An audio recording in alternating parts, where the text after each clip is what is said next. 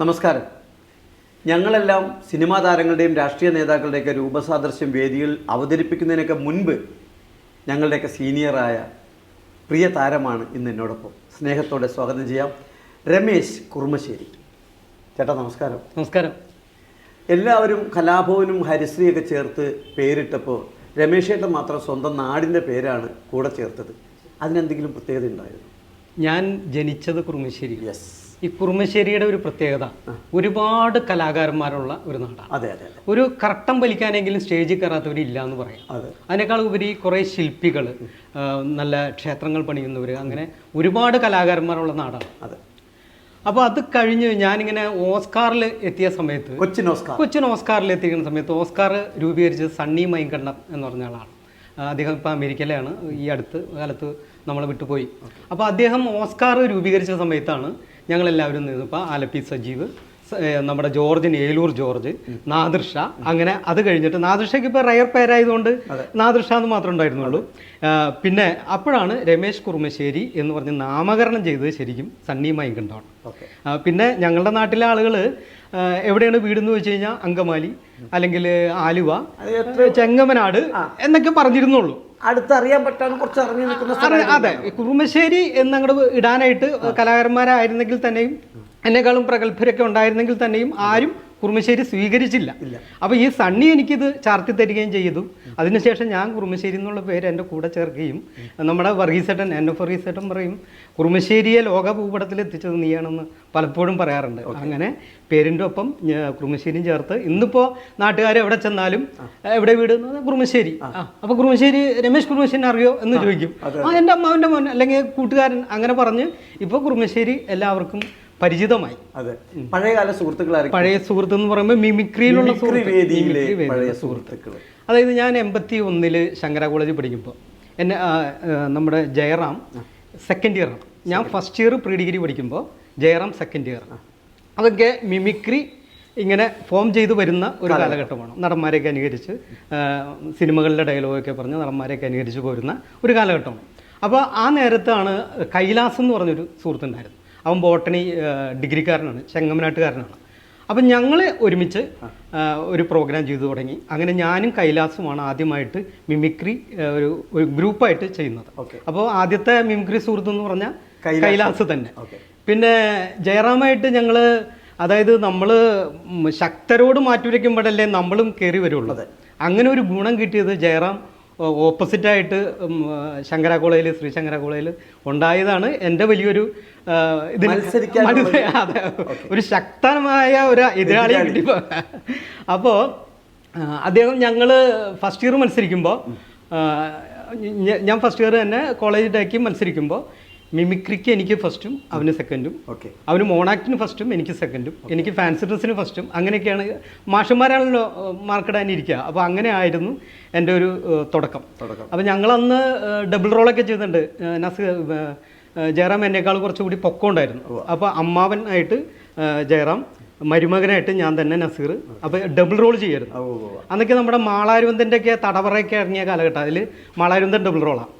അപ്പോൾ രണ്ടുപേരും മാളാരുവന്തനെ ചെയ്യുകയാണെങ്കിലും ഒരാൾ അപ്പനായിട്ടും ഒരാൾ മകനായിട്ടും ചെയ്യായിരിക്കും. പക്ഷെ രണ്ടുപേർക്കും കയ്യടി നന്നായിട്ട് കിട്ടും. കാരണം രണ്ടുപേരും ഒബ്സർവ് ചെയ്തേക്കുന്നത് രണ്ട് രീതിയിലാണ്. ഇന്നത്തെ മിമിക്രിക്കാരോട് ഇപ്പോൾ ചോദിച്ചു കഴിഞ്ഞാൽ ബാലേന്ദ്രനെ എടുക്കാൻ പറഞ്ഞു കഴിഞ്ഞാൽ കോട്ടയം നസീറിന്റെ ബാലേന്ദ്രനെ, അല്ലെങ്കിൽ ഇന്നസെന്റ് എടുക്കാൻ പറഞ്ഞാൽ ആ മാനസോണും ആ ഡയലോഗും വള്ളി വിടാതെയാണ് ഇപ്പോഴത്തെ ആളുകൾ ചെയ്യുന്നത്. പക്ഷെ ഞാൻ ഒരു കാര്യം പറയാം. ഞാൻ ആദ്യമായിട്ട് രമേശ് ചേട്ടനെ കാണുന്നത്, ഞാൻ പഠിച്ചത് കുഴിക്കാട് ഗവൺമെൻറ് ഹൈസ്കൂൾ, എറണാകുളം ജില്ലയിൽ തന്നെയുള്ള സ്കൂളിലാണ്. അവിടെ കൊച്ചിൻ ഹരിശ്രീയുടെ പ്രോഗ്രാം, രമേശ് ചേട്ടനുണ്ട്, ദിലീപ് ചേട്ടനുണ്ട്, വർഗീസേട്ടൻ, ഹരിശ്രീ അശോകൻ ചേട്ടൻ, എല്ലാവരും ഒന്ന് ഫ്രണ്ടിലിരുന്ന് ഈ ഷോ കാണുക. അന്നാണ് ആദ്യമായിട്ട് ചിത്രഗീതം എന്ന് പറയുന്ന ഒരു പ്രോഗ്രാമിലൂടെ രമേശ് ചേട്ടൻ ബാലചന്ദ്ര മേനോനും ജഗദീഷിനെയൊക്കെ അവർ ഭയങ്കര കയ്യടിയായിരുന്നു. ഞാൻ ആദ്യമായിട്ടൊരു ഫിഗർ സിനിമയിൽ കാണുന്ന ഒരു സിനിമാ താരത്തെ സ്റ്റേജിൽ അതുപോലെ അനുകരിച്ച് കാണിക്കുന്ന കണ്ടത്. അതുമാത്രമല്ല, ഒരുപാട് കാസറ്റുകൾ രമേശ് ചേട്ടൻ എഴുതിയിട്ടുണ്ട്. ഞാനും പങ്കെടുത്തിട്ടുണ്ട് ചില കാസറ്റുകളിലൊക്കെ, ഓഡിയോ കാസറ്റ്. ഈ ചിത്രഗീതത്തിൻ്റെ തുടക്കം എന്ന് പറഞ്ഞാൽ ഞാൻ പാടി ചെയ്യുമായിരുന്നു ആദ്യം. ഈ ലയൺസ് ക്ലബ്ബ് അങ്ങനെയുള്ള ചെറിയ ചെറിയ വേദികളിൽ പാടി ചെയ്യും. പാട്ട് പാടിയിട്ട് ഇപ്പോൾ പ്രേം നസീറൊക്കെ പാടി അഭിനയിച്ച് ചെയ്യും. പാരിജാതം തിരുമിഴി തുറ, അങ്ങനെ വരുമ്പോൾ വലിയൊരു ഓഡിയൻസിൻ്റെ മുമ്പിൽ അത് പറ്റാണ്ട് വരും. പാടാൻ അത്രയ്ക്ക് പോരാ നമ്മൾ. അങ്ങനെ ഞാൻ ആദ്യം തന്നെ മഹാരാജസിൽ പഠിക്കുമ്പോൾ 87 ഡിഗ്രിക്ക് പഠിക്കുമ്പോഴാണ് ആദ്യമായിട്ട് ചിത്രഗീതം മഹാരാജസിൽ അവതരിപ്പിക്കുന്നത്. അപ്പോൾ ഈ ലക്ഷാർച്ചന കണ്ട് മടങ്ങുമ്പോൾ എന്നുള്ള പാട്ട് റെക്കോർഡ് വെച്ചിട്ട് നസീറിൻ്റെ ഫുൾ പാട്ട് പാടി അഭിനയിക്കുകയാണ്. പാടി അഭിനയിച്ചുമ്പോൾ ഈ ഫുൾ പാട്ട് വരുമ്പോൾ അനുപല്ലവി ചരണം അങ്ങനെ ഒരു ലെങ്തി ആണല്ലോ. അപ്പോൾ നമ്മൾ നമ്മുടെ സുഹൃത്തുക്കളെ ഓഡിയൻസിനോട് ചോദിച്ചു എന്താണ് വേണ്ടത്, എന്താണ് ഇതിൻ്റെ കുറ്റം കുറവെന്നൊക്കെ ചോദിച്ചപ്പോൾ ഈ ഒരു പാട്ട് ഫുൾ എടുക്കാതെ പല്ലവി മാത്രം വെച്ച് കുറച്ച് മാത്രം പല്ലവിയും തുണ്ട് പല്ലവിയായിട്ട് അവസാനിപ്പിക്കുന്ന ലെവലിൽ അങ്ങനെയാണ് ചിത്രഗീതം ആരംഭിക്കുന്നത്. ഇന്ന് ആ ചിത്രഗീതത്തിന്റെ പാറ്റേൺ പിടിച്ച് എത്രയോ ഫിഗർ ആർട്ടിസ്റ്റുകൾ, ഒരു പ്രത്യേക കലാകാരൻ തന്നെയായി ഫിഗർ ചെയ്യാൻ വേണ്ടി മാത്രമുള്ള ആർട്ടിസ്റ്റായിട്ട് മാറി. അതിന് തുടക്കം കൊടുത്ത രമേശ് ചേട്ടൻ എന്ന് പറയാം. അതെ അതെ, കേരളത്തിലെ വേറെ ആരുമില്ല. കൊച്ചിൻ ഹരിശ്രീയിലായിരുന്നു അങ്ങനെ ഒരു പ്രോഗ്രാം.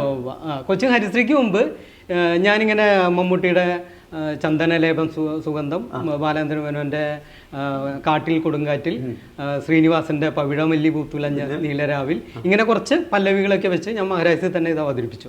ഇത് കഴിഞ്ഞിട്ട് എന്നെ പേഴ്സണലായിട്ട് വിളിക്കുന്ന പരിപാടിക്ക് മാത്രം ഞാൻ ഈ ഐറ്റം അവതരിപ്പിച്ചുകൊണ്ടിരുന്നു. അപ്പോൾ നോക്കുമ്പോൾ ചന്ദനക്കുട മഹോത്സവം ചങ്ങനാശ്ശേരി 5ാമത്തെ വർഷം. ആദ്യമായിട്ട് ഞാൻ 85 ഉണ്ണിമേനോന്റെ ഗാനമേളയുടെ ഇടയ്ക്കാണ് അവിടെ കയറുന്നത്. 2ാമത്തെ വർഷം മാളാരവിന്ദൻ്റെ ട്രൂപ്പിൻ്റെ ഓസ്കാറിൻ്റെ കയറുന്നു. പിന്നത്തെ വർഷം 87 ആയി കഴിയുമ്പോഴേക്കും മാളാരവിന്ദൻ ഒരുമിച്ച് കയറുന്നു. പിന്നത്തെ വർഷം ഹരിശ്രീയിൽ കയറുന്നു. ഹരിശ്രീക്ക് 5ാം വർഷം അവിടെ കളിവരാണ്. ഐറ്റം ഇല്ല, തൊട്ടടുത്ത് ഒരേ ഓഡിയൻസ്, ഐറ്റം ഇല്ല. അപ്പോൾ മറീസേട്ടൻ പറഞ്ഞു, മറീസേട്ടൻ ഈ ഐറ്റം കണ്ടിട്ടുണ്ട്. മറീസേട്ടൻ പറഞ്ഞു രമേശ് ആ ഐറ്റം കയറ്റാം എന്ന് പറഞ്ഞു. അപ്പോൾ ഇത് ഞാൻ ഈ ചിത്രഗീതം ഇറങ്ങിയ കാലഘട്ടമാണല്ലോ. അപ്പോൾ എനിക്ക് എന്തെങ്കിലും ഒരു അവസരം ദൂരദർശനിൽ കിട്ടുകയാണെങ്കിൽ അവിടേക്ക് ചെയ്യണം, അങ്ങനെ പോപ്പുലർ ആകണം എന്നുള്ളൊരു ആഗ്രഹത്തിൽ ഞാൻ വെച്ചുകൊണ്ടിരുന്ന ഐറ്റമാണ്. അപ്പോൾ ഐറ്റം ഇല്ലെന്ന് പറഞ്ഞപ്പോൾ അന്ന് മറീസേട്ടൻ പറഞ്ഞു നീ ഇവിടെ തട്ട് ചിത്രഗീതം. അങ്ങനെയാണ് ഹരിശ്രീയുടെ വേദിയിൽ ആദ്യമായിട്ട് ചിത്രഗീതം അവതരിപ്പിക്കും. ഈ ഹരിശ്രീയിലേക്കുള്ള വരവ് എങ്ങനെയാണ്? ഹരിശ്രീയിലേക്കുള്ള വരവ് വർഗീസേട്ടൻ, ഞാനും ജോർജിനെ എനിക്കറിയില്ല. ഞാൻ കൊച്ചിൻ ആർട്സ് കോളേജിൽ പഠിക്കുന്ന സമയത്ത് ഐക്കഫിൻ്റെ ഒരു കോമ്പറ്റീഷൻ നടന്നു, ഒരു യൂണിവേഴ്സിറ്റി കോമ്പറ്റീഷനാണ്. അപ്പോൾ മിമിക്രിക്ക് ഏലൂർ ജോർജ് പങ്കെടുക്കുന്നു. അപ്പോൾ ജോർജ് മിമിക്രിക്ക് ഫസ്റ്റ്, അവന് തബലയും മൃദംഗവും ഒക്കെയാണല്ലോ ചെയ്യുന്നത്. അപ്പോൾ അവിടെ നടന്മാർ ഈ മിമിക്രി മത്സരവേദിയിൽ നടന്മാർ അല്പം താഴെയാണ്. മറ്റേ മൃദംഗമൊക്കെ ചെയ്യുമ്പോൾ പ്രകൃതി ശബ്ദമൊക്കെ അനുകരിക്കുമ്പോൾ. അതെ. അപ്പോൾ അങ്ങനെ ജോർജ് എന്നെ തോൽപ്പിച്ചു. അങ്ങനെ ജോർജിനെ ഞാൻ നോട്ടം വെച്ചുകൊണ്ടിരിക്കുകയാണ്. അപ്പൊ അവരെ ഞാൻ അങ്ങനെ കണ്ടിട്ടുണ്ട്. അപ്പൊ അന്നത്തെ കാലത്ത് ഈ നാദൃശ ഞാൻ കൊച്ചിൻ സാക്സ്, കുനുമാവ് സാക്സ്, ആലുവ ലയം അങ്ങനെയുള്ള ഓർക്കസ്ട്രകൾക്കൊക്കെ ഇടയ്ക്ക് ഇന്റർവെല്ലിന് മിമിക്രി നടത്താണ് ഞാനും സന്തോഷും. കുറുമശ്ശേരി സന്തോഷ് കലാഭവനിലുണ്ടായി, മറ്റേ ജയറാമിൻ്റെ ഒക്കെ ഉണ്ടായി, ഹരിശ്രീ ഞങ്ങളോടൊപ്പം ഉണ്ടായി, എൻ്റെ ഏകദേശ രൂപത്തിൽ ഒക്കുന്ന സന്തോഷം ഒരുമിച്ചാണ് ഞങ്ങൾ മിമിക്രി ചെയ്തുകൊണ്ടിരിക്കണേ. അങ്ങനെ മൗലാന ആസാദ് ക്ലബിൻ്റെ പനയപ്പള്ളിയിൽ ഒരു കോമ്പറ്റീഷൻ വരാണ്, ഓൾ കേരള കോമ്പറ്റീഷൻ വരാണ്. അപ്പോൾ ഒരു അസീഫ് എന്ന് പറഞ്ഞൊരു സുഹൃത്ത് ഇങ്ങനെ ഒരു മത്സരം നടക്കുന്നുണ്ട്. അന്ന് ഞാൻ കൊച്ചിൻ ആർട്സ് കോളേജിൽ പഠിക്കുകയാണ്, പ്രീ ഡിഗ്രി 3rd ഗ്രൂപ്പ് എടുത്ത് പഠിക്കുകയാണ്. ശങ്കര കോളേജിൽ പഠിച്ചത് 2nd ഗ്രൂപ്പ് എടുത്താണ്. അങ്ങനെ ഞങ്ങളുടെ പേര് അവിടെ രജിസ്റ്റർ ചെയ്യണം. ഞാനും സന്തോഷം അവിടെ ചെന്ന് കോമ്പറ്റ് ചെയ്യുന്നു. അപ്പോൾ ജഡ്ജസ് കലാപവും ഹനീഫിക്ക, അൻസാർ ഇവരൊക്കെയാണ് ജഡ്ജസ്. അങ്ങനെ ഞങ്ങൾ അവിടെ മത്സരിക്കുമ്പോൾ ഇതേപോലെ തന്നെ മിമിക്രിക്ക് സന്തോഷിന് ഫസ്റ്റ് കിട്ടി. കാരണം സന്തോഷ് പ്രകൃതിനെയാണ് എടുക്കുന്നത്, ഞാൻ നടന്മാർ.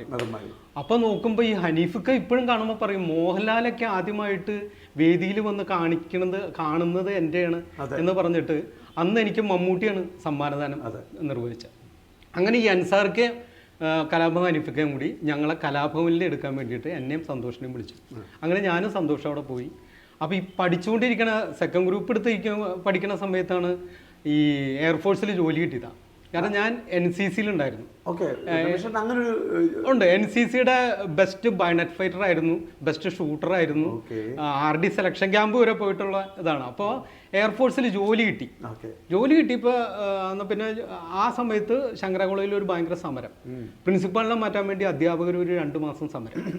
അപ്പോൾ എനിക്ക് അതിൽ ജോലി കിട്ടിയേക്കല്ല, പരീക്ഷ ഒന്നും എഴുതണ്ടല്ല. അപ്പോൾ എന്നൊക്കെ കരുതിയിരുന്നപ്പോൾ നല്ല ട്രേഡ് കിട്ടിയില്ല. അങ്ങനെ ഞാൻ ജോലിക്ക് പോകേണ്ടി വന്നു കഴിഞ്ഞപ്പോൾ പ്രീ ഡിഗ്രി അവിടെ വെച്ച് 2nd ഗ്രൂപ്പ് അല്ലേ, അങ്ങനെ ഞാൻ 3rd ഗ്രൂപ്പ് എടുത്താണ് കൊച്ചിൻ ആർട്സ് കോളേജിൽ പഠിക്കുന്നത്. അങ്ങനെ കലാഭവനിൽ ചെല്ലുമ്പോൾ അച്ഛൻ ഇങ്ങനെ മറ്റേ മുദ്രപത്രമൊക്കെ കൊണ്ടുവന്ന് ഒപ്പിടിക്കാൻ വേണ്ടി എഗ്രിമെന്റ്. അപ്പൊ ഞാൻ പറഞ്ഞു പഠിക്കുകയാണ്, കാരണം 2nd ഗ്രൂപ്പ് എടുത്തിട്ട് പാളി നിൽക്കാണ്. അപ്പൊ 3rd ഗ്രൂപ്പ് എടുത്ത് ഞാൻ സ്വന്തം റിസ്ക് പഠിക്കുകയാണ്. അപ്പൊ ഞാൻ പറഞ്ഞു എനിക്ക് എഗ്രിമെന്റ് ചെയ്യാൻ പറ്റില്ല.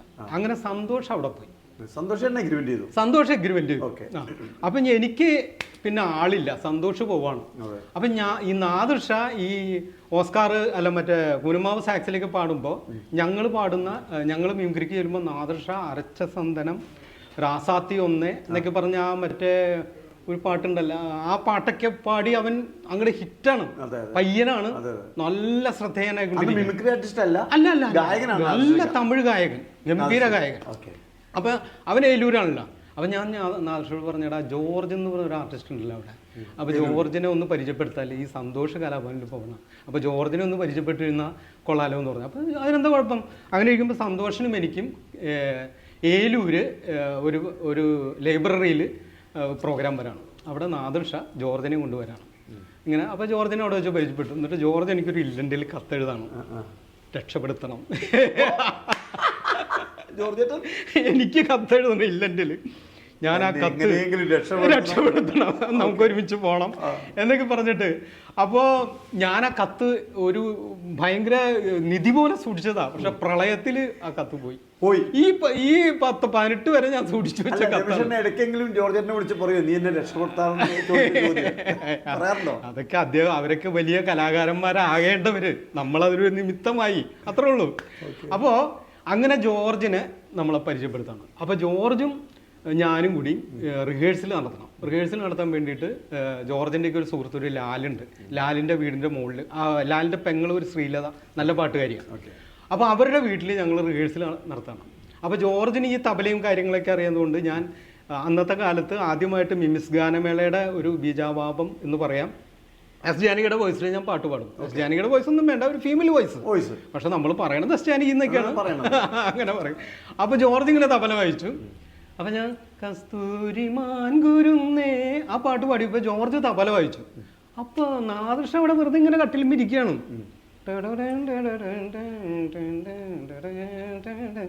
റീമ്യൂസിക് വായിക്കും നാദിർഷനെ നമ്മൾ പിക്ചറിൽ വെച്ചിട്ടുണ്ടായിരുന്നില്ല, ഞാനും ജോർജും എഴുതി നടന്നാണ്. പക്ഷെ ഇവർ ഈ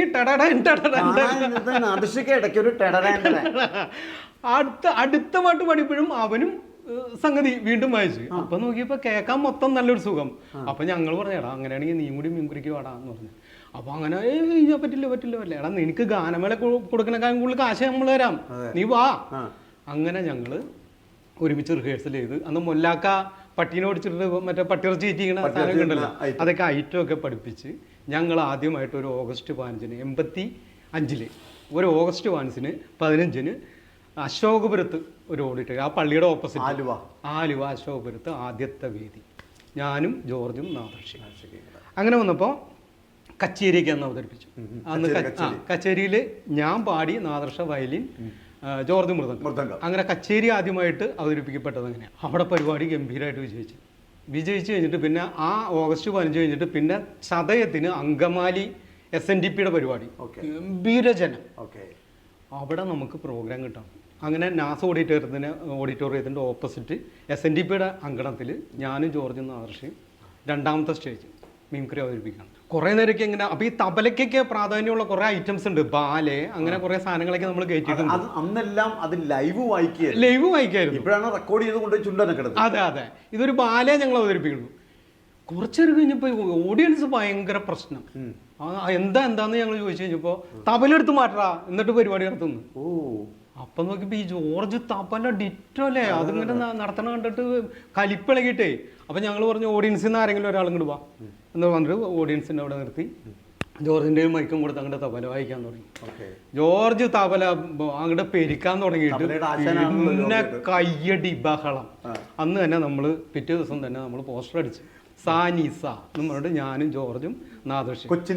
കൊച്ചിൻ സാനിസ ഹിന്ദു, ക്രിസ്ത്യാനി, മുസ്ലിം അടങ്ങുന്ന ഒരു ഉഗ്ര ടീം. അടിപൊളി. ജാതി നോക്കിയിട്ടല്ല പറഞ്ഞത്, കൂട്ടായ്മ. എവിടെ ചെന്നാലും അതൊരു ടോക്കായിരുന്നു. കാരണം നിങ്ങൾ 3 പേര്. ശരിക്കും പറഞ്ഞാൽ ഇത്രയും കാലം മിമിക്രി ചെയ്തിട്ടും ഞാനും നാദിർഷയും ജോർജും ചെയ്തിട്ടുള്ള ആ ഒരു പരിപാടിയുടെ ആ ഒരു സുഖം ഇതുവരെ ഒരു ട്രൂപ്പിലും എനിക്ക് കിട്ടിയിട്ടില്ല. അങ്ങനെ നിൽക്കുമ്പോഴാണ് ഹരിശ്രീയിലേക്ക് വിളി വരണത്. സാനിസേന്ന് ഹരിശ്രീയിലേക്ക് വിളി വരാണ്. അപ്പോൾ ഒരാൾക്ക് വേക്കൻ്റ് ചാൻസ് ഉണ്ട്. അപ്പോൾ ഞാൻ ചെന്നു. അപ്പോൾ അതിൻ്റെ കൂട്ടത്തിൽ ജോർജിനെയും വിളിച്ച് ഞങ്ങൾ ഹരിശ്രീയുടെ അതിന് ചെന്നു. അപ്പോൾ അവർക്ക് ആവശ്യം ഈ മൃദംഗം ചെയ്യുന്നവരൊക്കെ ആണ്. എന്നിരുന്നാലും സ്റ്റാർട്സ് ചെയ്യാൻ കോട്ടൻ ജോസഫ് ഉണ്ടായിരുന്നു. അപ്പോൾ ഈ ഡിസംബർ 25 85 ഡിസംബർ 25 ഞാൻ ഉണ്ണിമേനോൻ്റെ ഒപ്പം ചന്ദനക്കുട മഹോത്സവത്തിന് ഏറ്റുപോയി കഴിഞ്ഞപ്പോൾ അന്ന് തന്നെയാണ് ഈ പ്രോഗ്രാം വന്നിരിക്കുന്നത്. അവർക്ക് ചെങ്ങന്നൂർ വേണമെങ്കിൽ ഒന്ന് അഡ്ജസ്റ്റ് ചെയ്യാം, ചങ്ങനാശ്ശേരി കഴിഞ്ഞിട്ട് എനിക്ക് ചെങ്ങന്നൂർ എത്താം. പക്ഷേ അശോകൻ ചേട്ടന് ജോർജിനെ അങ്ങോട്ട് ശരിക്കും പിടിച്ചു. കാരണം അവർക്ക് അത്യാവശ്യം ജോർജ് അതേമാരത്തെ ഒരു കലാകാരനാണ്. അങ്ങനെ അപ്പോൾ ഞാൻ പറഞ്ഞു, നീ ജോർജ് നീ അവിടെ നിന്നോ, ഇനി ഗ്യാപ്പ് കിട്ടുമ്പോൾ എന്നെ വിളിച്ചു. അങ്ങനെ നിന്നിട്ടാണ് ഞങ്ങൾ ഓസ്കാർ ഉണ്ടാക്കണത്. ഞാനൊക്കെ കൂടി ആ സമയത്ത് രമേശ് കൊച്ചിൻ ഹരിശ്രീയിൽ ഇല്ല ഹരിശ്രീയിൽ പോയിട്ടില്ല. ഹരിശ്രീയിൽ ജോർജിനെ കയറ്റി വിട്ടു. അതെ. പിന്നെ ഞങ്ങൾ മാട്ട നാദൃശ്യൻ ജോർജ് ഞങ്ങളൊക്കെ കൂടി സാനിസ എന്ന് പറഞ്ഞ് പോകുന്നു. ഈ സമയത്താണ് ഓസ്കാർ ഫോം ചെയ്യുന്നത്. സണ്ണി മൈങ്കണ്ട ആലപ്പി സജീവും കൂടി കുറുമശ്ശേരിയിൽ വന്നിട്ട് എന്നെ കാണും. ഇങ്ങനെ ഒരു ട്രൂപ്പ് തുടങ്ങുന്നു. മാളരൂന്തൻ രക്ഷാധികാരിയായിട്ടാണ്. അങ്ങനെ ഞങ്ങൾക്ക് ഏഴിക്കര പള്ളിയിൽ എനിക്കും നാദൃശ്യക്കും ജോർജിനും പ്രോഗ്രാം. അപ്പോൾ ഏഴിക്കര പള്ളിയിലെ പരിപാടി കാണാൻ വേണ്ടിയിട്ട് ഈ സണ്ണി മൈങ്കണ്ടവും ആലപ്പി സജീവും കൂടി എത്താണ്. അപ്പോൾ എന്നെ അവരെടുത്തു. അപ്പോൾ ഞാൻ ഓസ്കാറിലെടുത്തു, ജോർജിനെ ഹരിശ്രീയിലും എടുത്തു. ഞാൻ പറഞ്ഞു, നാദർശനെ വിളിക്കാം. ഞങ്ങൾ രണ്ടുപേരും അങ്ങോട്ടും പോയ നാദർശ ഒറ്റയാവും, നാദർശനെ ഇല്ലാണ്ട് ഞാൻ വരില്ല എന്ന് പറയും. അങ്ങനെ ഓസ്കാറിൽ ഞാൻ, നാദർശ, സണ്ണി മൈങ്കണ്ടം, ആലപ്പി സജീവ്, റൊണാൾഡോ ബൊയ്യ, അങ്ങനെ വരുന്ന കൊച്ചിൻ ഓസ്കാർ ടീമല്ലായിരുന്നോ? കൊച്ചിൻ ഓസ്കാർ ആദ്യത്തെ പരിപാടി ഫൈൻ ആർട്സ് ഹാളിൽ ഫസ്റ്റ് ഇനാഗുറേഷൻ പരിപാടി. അങ്ങനെ ഒരു 3 വർഷം ഞങ്ങൾ ഓസ്കാർ പോകുന്നു. അപ്പോൾ പ്രബല ടീമുകൾ എന്ന് പറഞ്ഞാൽ ഒന്ന് കലാഭവൻ, ഓസ്കാർ, ഹരിശ്രീ.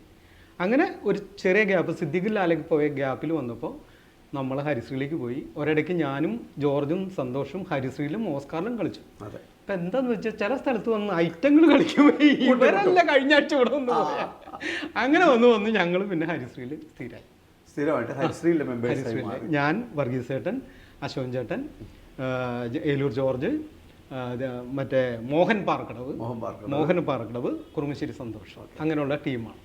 ഇങ്ങനെ ഷോയാണ് ഞാൻ കണ്ടത്. അതാ ആ ഷോയാണ്. ഇപ്പോൾ നമ്മൾ വിജയിച്ച കഥകളാണ് പറഞ്ഞത്. ട്രൂപ്പിൽ വന്നതും പ്രോഗ്രാമിന് പോയതും സുഹൃത്ത് ബന്ധങ്ങളെല്ലാം. എവിടെയെങ്കിലും പോയിട്ട് തട്ട് കിട്ടിയിട്ടുണ്ടോ? തട്ട് അങ്ങനെ കിട്ടിയതായിട്ട് വലിയ ഓർമ്മകളില്ല. പിന്നെ ഉള്ള ഒരു സംഭവം ഈ ഹരിശ്രീയിലെ പ്രോഗ്രാമിന് പോകുമ്പോൾ തന്നെ അതാണ് വേണ്ടത്. ഹരിശ്രീയിലെ പ്രോഗ്രാം 6 പേര് വരുന്ന ഈ ഫുൾ ടീമാണ്. ഞങ്ങൾ മാട്ട പോകും. അശോകൻ ചേട്ടനും ജോർജും ഞാനും സന്തോഷം കൂടി മാട്ട പിടിച്ചു. അത് ഹരിശ്രീയുടെ അത്ര ഐറ്റം തന്നെ ഞങ്ങൾ കളിക്കുകയാണ്. വർഗീസ് ചേട്ടൻ കയ്യിലോ പ്രസംഗം മാത്രം കളിക്കില്ല, കാരണം വർഗീസ് ചേട്ടൻ ഇല്ലാത്തതുകൊണ്ട് അത് കളിക്കില്ല. അങ്ങനെ ഞങ്ങൾ മാട്ടയ്ക്ക് പോകും. ഇതൊക്കെ പരിപാടി. ഒരു തവണ വരാപ്പുഴ പുത്തമ്പള്ളിയിൽ ഞങ്ങൾ മാട്ട പിടിച്ചേക്കാണ്. വരാപ്പുഴ പുത്തമ്പള്ളിയിൽ 7 മണിക്ക് പ്രോഗ്രാം. അന്നത്തെ ദിവസം ഈ വിദേശങ്ങളിലുള്ള മലയാളികളൊക്കെ കൂടി വാടാനപ്പള്ളി മറ്റേ തൃപ്രയാർ ഭാഗത്ത് ഒരു ബീച്ചിൽ ഒരു പ്രോഗ്രാം വെക്കുകയാണ്. അപ്പോൾ ഹരിശ്രീയുടെ കാസറ്റൊക്കെ വന്ന് ഗൾഫുകാരങ്ങോട്ട് കുമിഞ്ഞുകൂടിയിരിക്കണ ഒരു വേദി. അപ്പോൾ ഹരിശ്രീയുടെ നാടകമുണ്ട്, മിമിക്രി ഉണ്ട്. അപ്പം നാടകത്തിൻ്റെ പൊന്നഞ്ചേട്ടനോട് പറഞ്ഞു, ചേട്ടാ നാടകം ഒന്ന് ഇത്തിരി വലിച്ചോ, ഞങ്ങൾ പുത്തമ്പള്ളിയിൽ നിന്ന് കളി കഴിഞ്ഞ് അങ്ങോട്ട് വരും. അപ്പം നാടകം ഒന്നങ്ങോട്ട് വലിച്ചിട്ടിട്ട് മിമിക്രി അതിന് ശേഷം ആയിട്ട് വെക്കുക. ആ മിമിക്രി ആദ്യം ബുക്ക് ചെയ്താൽ നാടകത്തിന് ബലം കുറയും. അപ്പം നാടകം അവർ കളിക്കാന്ന് പറയും. കാരണം മിമിക്രി ഉണ്ടെങ്കിൽ നാടകക്കാർ ആദ്യം കളിക്കും, അല്ലെങ്കിൽ പണി കിട്ടും. അങ്ങനെ അവർ നാടകമൊക്കെ കളിക്കാൻ അങ്ങനെയൊക്കെ ചട്ടം കെട്ടിയൊക്കെ റെഡി ആക്കിയതാണ്. ഇവിടെ മിമിക്രി 7 മണിക്കെന്ന് പറഞ്ഞിട്ട് 8 മണിയായി, 8:30 അപ്പോൾ പുത്തമ്പള്ളിയിൽ നിന്ന് കുറേ അമ്പുകൾ തന്നെ അവിടെ നിന്ന് ഇവിടെ നിന്നൊക്കെ. സെൻട്രൽ പള്ളിയാണത്, കുറേ അമ്പ് വരവുണ്ട്. അമ്പ് വരവ് ഇങ്ങനെ വന്നുകൊണ്ടിരിക്കുകയാണ്. 9 മണിയായിട്ടും നമ്മുടെ പ്രോഗ്രാം തുടങ്ങാൻ പറ്റിയിട്ടില്ല. ഓഹ് എൻ്റെ ദൈവം, അവസാനം ഒരു വിധത്തിൽ ഒരമ്പ് എത്തനേക്കാൾ മുമ്പ് ഒരൈറ്റം കളിക്കും, വേറെ അമ്പ് വരുമ്പോൾ അടുത്ത ഐറ്റം കളിക്കും. ഇങ്ങനെ കളിച്ച് ഒരു 10 മണിയായപ്പോഴേക്കും ഇവിടത്തെ പരിപാടി അവസാനിപ്പിച്ചു. പക്ഷെ ഇവിടെ 7 മണിക്ക് തുടങ്ങി 8 മണിക്കുള്ളിൽ പോകുന്നല്ലേ? 10 മണിയായില്ലേ? 10 മണിയായി. അത് കഴിഞ്ഞിട്ട് അന്ന് ബൈക്കാണ് അറേഞ്ച് ചെയ്തേക്കണത്. ബൈക്കിന് പിടിപ്പിക്കാണ് ഞങ്ങള്. പിടിപ്പിച്ച് ഞങ്ങള് വലപ്പാട് എത്തിയപ്പോഴേക്കും 11:30 ആയി. അവിടെ 7 മണിക്ക് നാടകം നടത്തി. 8, 9 9 മണിക്ക് നാടകം തുടങ്ങുമെന്ന് പറഞ്ഞ സ്ഥലത്ത് 7 മണിക്ക് നാടകം നടത്തി 7-9:30 തൊട്ട് കഴിഞ്ഞു പരിപാടി. നാടകം കഴിഞ്ഞു. ഓഡിയൻസ് ഒക്കെ പോയി, പലയിടത്തും പോയി, കുറെ ഇതൊക്കെ ആയി. ഞങ്ങള് വണ്ടിയും കൊണ്ട് വരുന്നുണ്ടല്ലോ, സംഘാടകര് തെറി എന്ന് പറഞ്ഞാൽ നല്ല അസല് തെറി, അറിയാം, നല്ല ചീത്ത. ഇങ്ങനെ വണ്ടിയൊക്കെ എവിടെ കൊണ്ട് വെച്ചു എന്ന് സ്റ്റാൻഡിലൊന്നും ഇടാൻ കിട്ടിയിട്ടില്ല. അങ്ങോട്ട് ആരൊക്കെ കൊണ്ടുപോയി ബൈക്ക്. അങ്ങനെ ഓടി വരുമ്പോ പിന്നെ വർഗീസേട്ടനൊക്കെ കൂടി ഇങ്ങണ്ട്. ഓ, വർഗീസേട്ടന് ദിലീപ് അവിടെ പെട്ടുണ്ട്. അല്ല, ഇതിന്റെ ഇടയില് ഇത് 3 പേരാണ് ഈ പരിപാടി ഏറ്റെടുത്ത്. 4 പേര്, ബാക്കി ഇവര് 2 പേര് അവിടെ എത്തിയേക്കാണ് പാവങ്ങള്. തല വെച്ച് കൊടുത്തു. അവരോട് ഒറ്റയ്ക്ക് കയറാനൊക്കെ പറഞ്ഞിട്ട് നിങ്ങൾ വാ, നിങ്ങൾ നടത്ത് എന്നൊക്കെ പറയണ്ട. ഒരു സംഘാടകർ അങ്ങോട്ട് ഇതായിട്ടിരിക്കുകയാണ്, എല്ലാവരും സ്കോച്ചും വെച്ചിരിക്കുകയാണ്, എല്ലാം അടിച്ച് ഗൾഫുകാരല്ലേ. ഇത് കഴിഞ്ഞിട്ട് വർഗീസേട്ടനൊക്കെ ഞങ്ങളെ ചീത്ത എന്ന് പറഞ്ഞാൽ നിഘണ്ടൂരില്ലാത്ത ചീത്തയാണ് പറയണേ. ഞങ്ങളെ വർഗീസേട്ടൻ ചീത്ത പറയണത് കണ്ടു കഴിഞ്ഞപ്പോ ഈ സംഘാടകര് പറഞ്ഞു, നിങ്ങൾ തമ്മിൽ പ്രശ്നം വേണ്ട, സ്റ്റേജിൽ കയറ്. പരിപാടി അങ്ങോട്ട് 100 അങ്ങോട്ട് പൊരിക്കാണ്, മാലപ്പടക്കം പോലെ. അടിപൊളി. ഈ തെറി പറഞ്ഞ സംഘാടകരൊക്കെ അവസാനം സ്കോച്ചടക്കം ഒരു ഡിന്നറിൽ നിന്ന് നമ്മളെ വിട്ടുള്ളൂ. അത് മറക്കാനാവാത്തൊരു സംഭവമാണ്.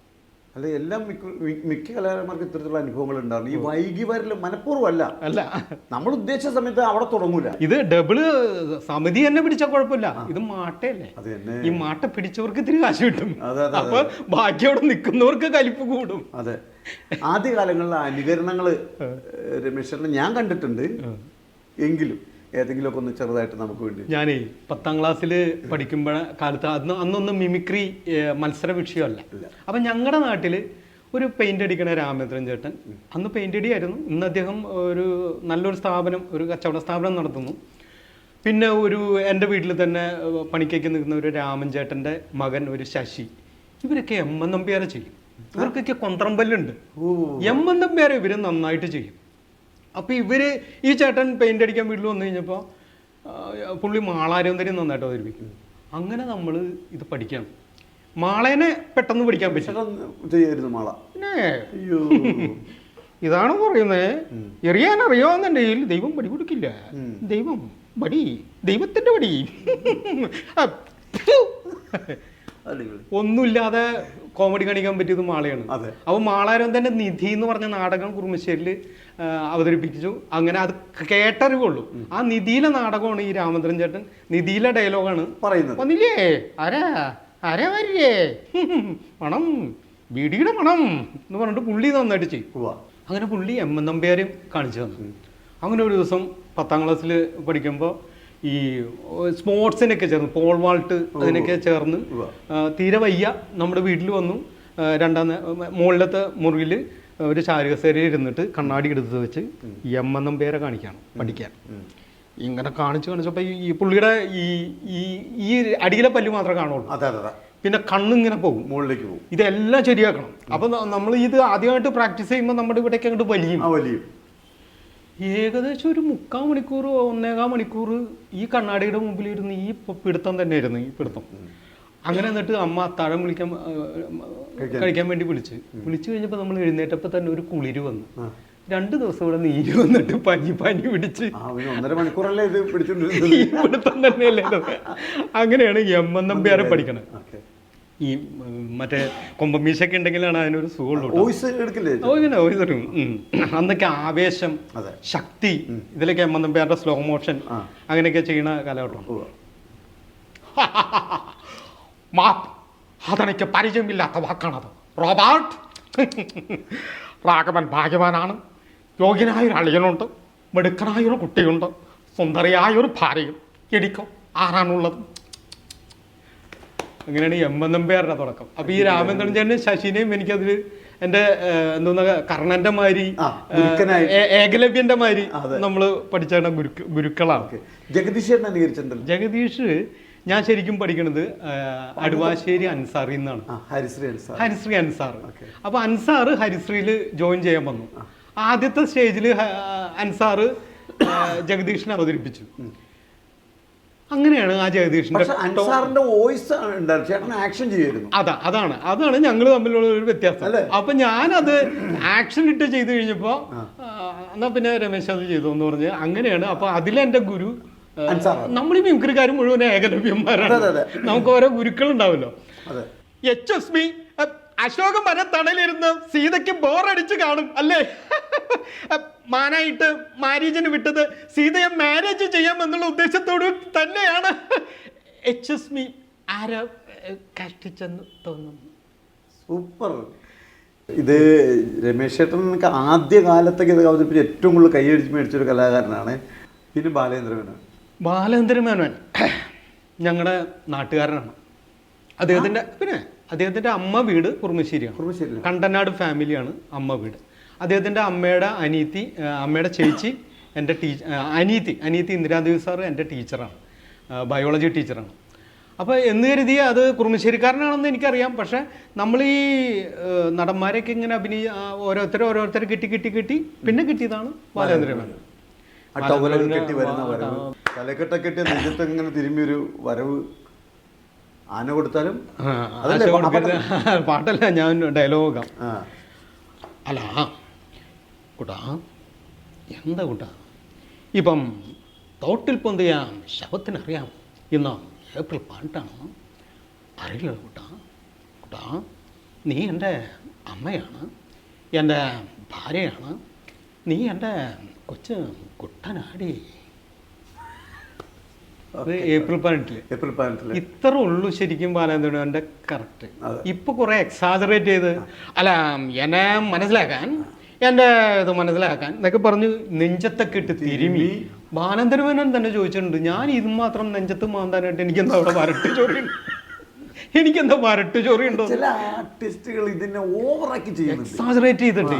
അതേപോലെ ജയനൊക്കെ നമ്മളൊക്കെ കറക്റ്റായിട്ട്, ഞാൻ 10ാം ക്ലാസ്സിൽ ട്യൂഷൻ പഠിക്കാൻ പോകുമ്പോൾ കുറുമശ്ശേരിയിൽ നിന്ന് മൂഴുകുളത്ത് പോയാണ് ട്യൂഷൻ പഠിക്കാൻ പോണത്. അപ്പോൾ നടക്കണ വഴിക്കൊക്കെ ഇങ്ങനെ നടന്മാരുടെ ഡയലോഗ് പോയിക്കൊണ്ടിരിക്കുകയാണ്. അപ്പോൾ ഇരുമ്പഴികളിൽ